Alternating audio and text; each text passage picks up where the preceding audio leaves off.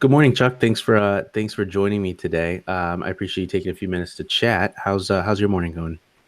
Going well, thank you. I appreciate the opportunity to chat, and hopefully we can do something productive here Yeah, while the world is absolutely. melting down around us. Yeah, that's definitely my intention. I'm hoping that we can provide some value to people that are just sitting and crossing their fingers and hoping for the best, because I sure know I am. But Chuck, for everybody who doesn't know you, do you mind introducing yourself a little bit, telling us a little bit about you and S&A Communications? Sure. My name is Chuck Norman. I've been in the Triangle market since 1992, and I'm the owner of S&A Cherokee, which has two divisions. One is S&A Communications, which is a public relations, marketing, digital, and creative agency. And the other is called Cherokee Media Group, which is our publishing arm. Interesting story about all that is we started a publishing arm because of our communications and public relations background to service the automotive industry, and that grew into launching local publications like Carry Magazine and things like that. But now we produce about 7 or 8 publications nationally, internationally, and locally to complement our agency business. And they're all focused on things that we consider ourselves experts in, specifically automotive finance, fintech. And then obviously Carry Magazine is more of a quality of life publication. But it's all written, designed, and shot here in our offices in Cary, North Carolina. But my particular background is in public relations and marketing with a special focus on reputation management and crisis communication. That's awesome, Chuck. And I think, personally, one of my favorite things about I've heard your story before, of course, is just how you guys have done such an excellent job of pretty much just capturing the whole supply chain. You're doing the marketing PR stuff first, and then realized there was a need for that. That You know, doesn't insulate us from what's going on around us. I mean, all the industries that we work for can potentially be affected as mhm. well. And so we may not feel it at the moment something like this starts, but we'll definitely feel it on the back end. It's just a matter of how you try to limit exposure. Absolutely. And that's definitely something that I wanted to talk about too today. Just because I've been hearing a lot of talks on how different businesses are being affected. And, as agencies, we support brands in their efforts, and growing their business and getting their message out there.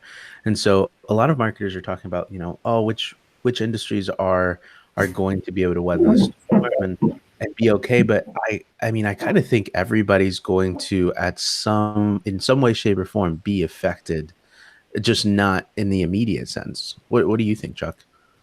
I agree. I mean, it really depends on the industry, and you've probably seen news reports over the last few days about some industries or sectors that are booming versus some that are trying to figure out how to just make it through the next 2 months without closing their doors permanently.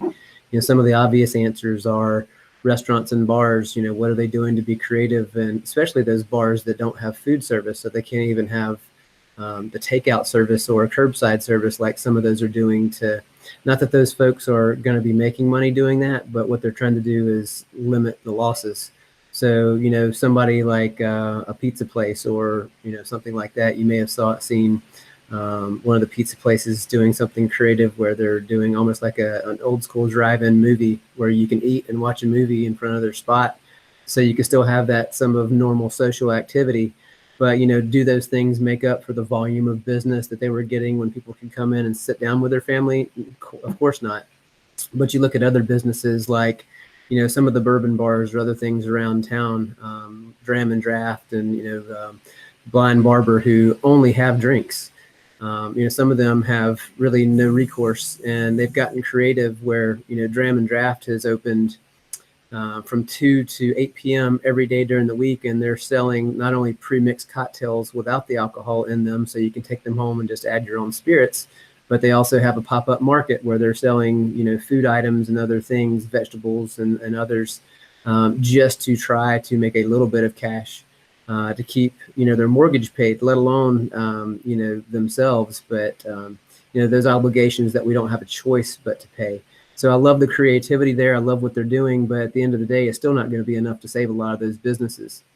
You look at some industries like some of the news reports yesterday, The cleaning business is booming. People that own janitorial services and other things that can come in and disinfect offices and so on. And how long will that last? Will that continue through the end of the pandemic? We don't know, but right now everybody's being extremely aggressive on making sure workplaces are clean.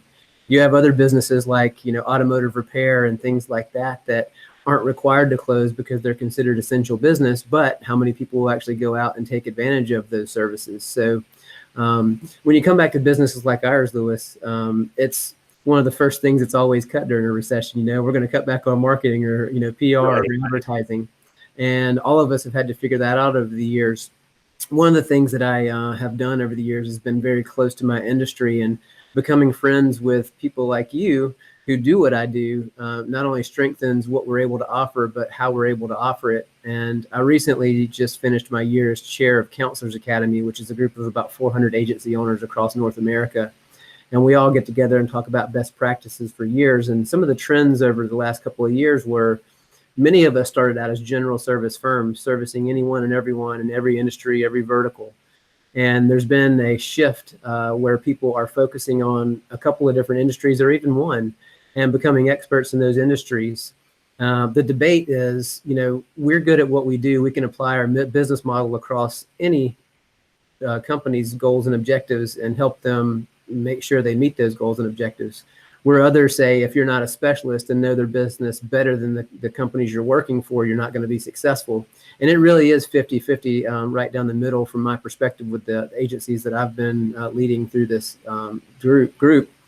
Some say we're so good at knowing what we do from a communications and marketing perspective that it's easy for us to get up to speed and help move those companies forward, while others are saying, I'm showing value because I can tell you more than the C-suite for those companies that we work for in their space, because not only are we leading marketing and PR efforts for them, we're the ones, leading the charge on research in the spaces for those industries.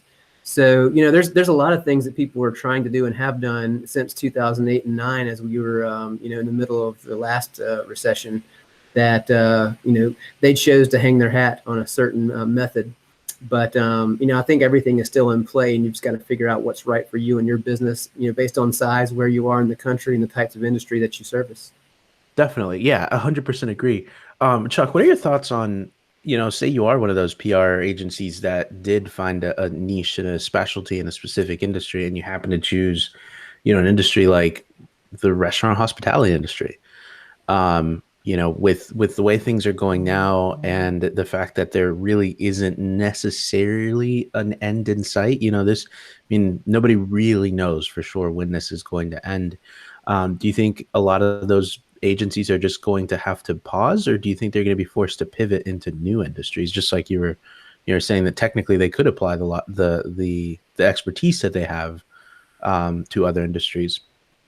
The answer that you want to hear is a lot more difficult. But my answer is it depends, because, think about the solo practitioner or consultant working out of their home versus someone with multiple employees that have brick and mortar. I mean, there are a lot of obligations that you have to consider. So, someone like us that has, dozens of employees, and we're nearly 40 people in 2 buildings, and lots of different business models make up what we do to earn money. Somebody that's out of their home obviously has less overhead, but at the end of the day, they still have personal obligations to make sure that they can cover whatever obligations they have. And you don't have a choice but to pivot, because again, it takes a lot of volume to be successful in, let's say, hospitality and restaurants, because typically it's more about how many you work with and not how much you get from one, because most of them, the margins in those industries are very, very small. And so there's not usually a ton of cash to put into working with outside agencies to support their efforts. Now, those that are part of franchise models do have a little different perspective, because they may have some support from, the national chain or for franchise, Right. but, those that aren't are basically, what am I going to do to keep staff? If I have to completely close and have no staff at all, what am I doing to be able to keep my brick and mortar? And then it goes down to, what am I doing to even meet my own obligations if I have no staff left? And so there's so many different ways to approach that question. If you want to dig down a little further, we can, and I can give some insight. But you got to look at your own personal situation, and you start first, just like we're doing. The last thing we want to do is make changes to staffing. But For is sure. every Yeah, single absolutely. option on the table? Yes, it has to be, because at the end of the day, if the company doesn't survive, no one has a job 6 months from now. Absolutely. Yeah, I think that's really important to understand as well. And I agree. It really depends on everyone's individual situation and what's going on, how they're able to pivot and what they're able to pivot. So I agree. Now, you guys have been around for quite some time, whereas our agency is a little bit new still. I remember the 2008 recession. I remember how crazy things were. I was in the real estate space then, so I had a very, direct involvement with everything. But I wasn't in the marketing space, whereas I believe you were. So how is this different? Are you noticing a big difference between what happened then and what's going on now, and how people are reacting and being affected by this? I know it's still pretty new. Well, I think last time was a brand new experience for many of us, simply because if you look at most of the recessions over the last 50 years, they lasted 6 months to maybe 2 years at most. And I think a lot of folks got into the end of 2009 saying, okay, the end is in sight.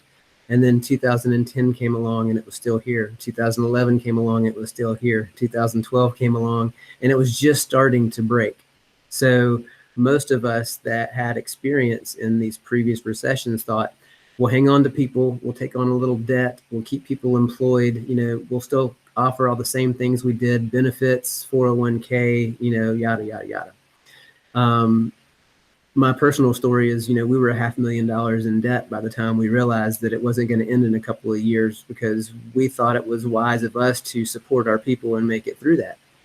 I don't think that's the case this time around. This is a completely different animal. And not only is business being affected because of the virus itself, the recession is going to hit after that. And so, while people are scrambling, trying to figure out how to make ends meet right now, the bigger question is going to be how deep and how long will the recession last once people are able to get back to business as normal. That's a really good answer. I think you summed it up really well. Just from a couple of conversations I've had with a few people, the one thing they all have in common is they all have that very same thought process, which is, this will blow over. We're just going to do what we need to keep everybody and support everybody short term, because this is going to go away and it'll be fine. Yeah, I Um, think one of the biggest and scariest aspects of all this right now is we see lots of resources being put out there about how business owners can get cash and funding to get through this. One of the one of the areas that I'm most concerned about is whether it's a loan from a bank or from the SBA, or you name the funding source. All we're doing is creating more debt for folks. We're not necessarily solving the issue of making income now and making decisions now that can affect our bottom lines. While we all want to preserve cash and figure out how to preserve cash, because one, do we want to go into that type of debt? On the back end of this, not knowing how deep the water is, we're all just a little nervous. At the end of the day, too, though, Lewis, you and I are in the business of what kind of things are we doing creatively to help people continue to position themselves, so when people are more willing to work with our customers again and spend money with them again, have they positioned themselves correctly? But how do you do that without necessarily taking advantage of the market in a very desperate state? Yeah, that's another really good point too, because I was going to mention how, I mean, it is true that everybody is doing what they can to make ends meet right now, right? And to keep business going and to try to stay in business. I've noticed a couple of big car makers have launched, and it was a really quick response. I'm surprised, but they've launched a couple of campaigns related to what's going on, and trying to support people in getting access to a car. And, a lot of their advertising and content is based around what the current events. I've seen mixed reactions. I've seen people criticize their motivation and call it more of a capitalist move, just trying to make more money than they already have. But other people are praising their innovation. I mean, where's the line? How do you still make money and survive while not being insensitive to the situation? Yeah, I don't think there's a good answer to that either, because again, everyone is trying to do something to be helpful and not seem like they're coming across as capitalizing on a desperate situation. And, I think specifically you're talking about some of the automakers saying, at least one in particular, get a vehicle today and you don't have payments for 6 months. Yeah, Is that a good thing? Yeah. For those that need a vehicle to continue to get around, to do their jobs, to earn a living, and can't afford to, put a down payment or start making payments right away because they're unsure of the future. But others will say, okay, all you're doing is continuing to put inventory in the market, which then potentially, since we do a lot of fintech work, does that lead to more repossessions, more loans that are defaulted upon? They're no matter what good idea you have, there are probably just as many ideas about how it's a bad idea, and everyone's going to be criticized for almost any idea that they come up with right now. So you have to kind of take the good with the bad. As someone that focuses on reputation management, you have to determine, what backlash is worth taking to make sure that your messages are heard. Because at the end of the day, no matter what you say, there's always going to be someone that doesn't agree with it. 100%. And that's even prior to all of this going on. That's Oh yeah. it's always been the Mm-hmm. case. It's always going to be somebody who's going to take what you said the wrong way. Well, or assume that you're trying to say something different. What Um, businesses have to do is this is the kind of the basic rule of all reputation management is, the people that care about you, your brand, your business, your target audiences, whatever you want to call them, you have to show them that you care throughout the process, no matter what's going on, and you can't necessarily do things that go against that feeling that you care. So what are you doing to make sure that you're backing up that statement or those positions that you're taking to prove that you care? And it's a very fine line in situations like this. It is every day, but when something like this is affecting people, millions of people across the world, it takes reputation management and crisis to a whole nother level. 100% agree. 100%. All hands on deck kind of situation. Mm-hmm. Chuck, so a lot of people are working from home right now. A lot of people working from home. I've seen definitely like a huge spike in, Zoom stock prices and, anything that facilitates the work from home concept. But can you think of any other massive changes that you think might be coming our way that will affect the marketing agency moving forward? Like from all of this, I think that it's forcing a lot of businesses to go digital that weren't 100% there yet. Do you think there's going to be any other lasting effect from this? Yeah, I think there's a dozen service providers on top of another dozen service providers that people may have dabbled in before that maybe become more standard usage. I know a lot of agencies like ours use some kind of IM system to talk with each other, like Slack, and but I think those are going to become more useful to folks. And I think they're also. I was just speaking with our commercial real estate broker just yesterday, and one of the things that he thinks is going to happen is people are going to see that maybe they don't need 10,000 square feet anymore. Maybe they need 5, or maybe they don't need any. And he feels that this may be a permanent change to how the commercial real estate industry works and the type of space that people may be committed to using. For instance, us, with 40 people, we have about 12 or 13,000 square feet. We instituted last May 1 day a week work from home. It's voluntary. People weren't forced to do it, but a large number of our employees started doing that. Just before all this started happening, we were looking at increasing that to a couple of days a week. And all of a sudden, on the 16th of March, we were pretty much forced to allow everyone to work from home. So we had put the technology in place to do that last May, and between remote workstations and other ways to dial into the office, VPNs and things like that. It was in place, and it doesn't matter whether you use that 1 day a week or 5 days a week. And it worked great for the year or so that we did it. And now I think we all realize, even after only a week and a couple of days of everyone working mostly from home, that it's a viable option. We may try to reduce our square footage as well. That's a hard cost to every business that you can eliminate. And anybody that can save $5,000, $10,000 a month on either a mortgage or paying someone for a commercial, class A or B space. Why wouldn't they do it in an environment like this and continue doing it down the road? Because again, if you're doing well and making money, that's an additional $120,000 a year or $60,000 a year if it's 5K a month that you can put towards your bottom line. You can put towards bonuses. You could put towards profit for yourself as an owner. It's going to make people think a lot differently about the hard costs that they thought were essential previously. Definitely. We're already kind of doing that right now. Yeah.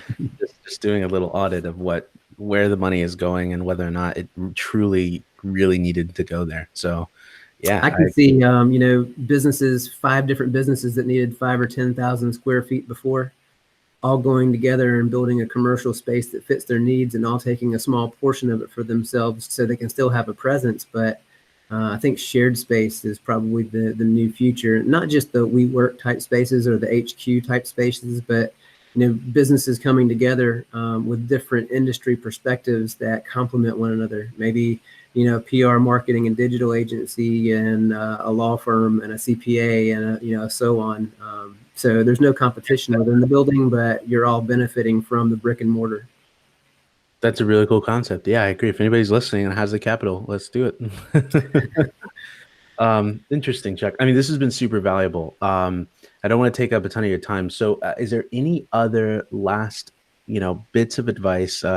You've been very fortunate to be in this space for a really long time, and you've been through it all. You've had really good years. I'm sure you've also had really tough years. So, for the newer folks out there, any parting words that you'd like to leave them with as we kind of attempt to weather the storm together?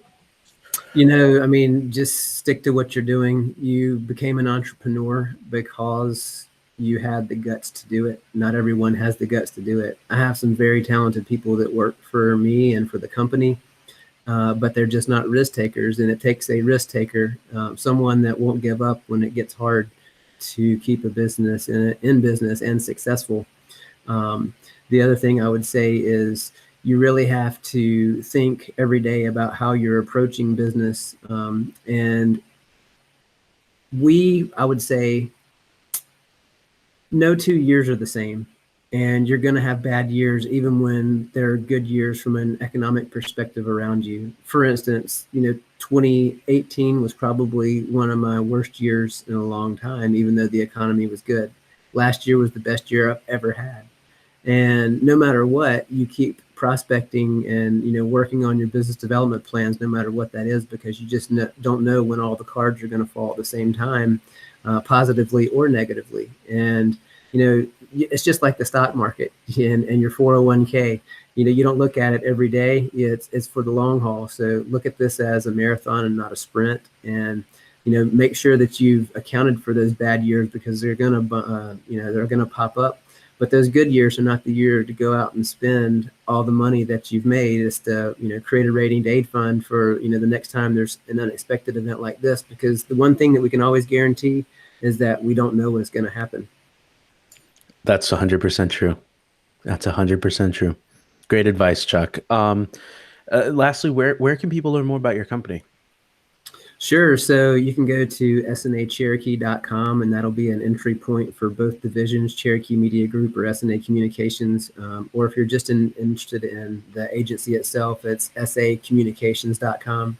And all of our publications have their own web addresses as well. Carrymagazine.com locally as one of the most popular ones. But appreciate the opportunity. And if anybody ever has any questions or would like to talk about anything further, just hit me up offline, and I'm happy to have a conversation. That's awesome. Thank you so much, Chuck. I appreciate you taking a few minutes to chat. And yeah, let's get through this. My pleasure, my friend. Have a great day. And if there's anything else I can ever do for you, just let me know. Thank you, sir. All right. Take care.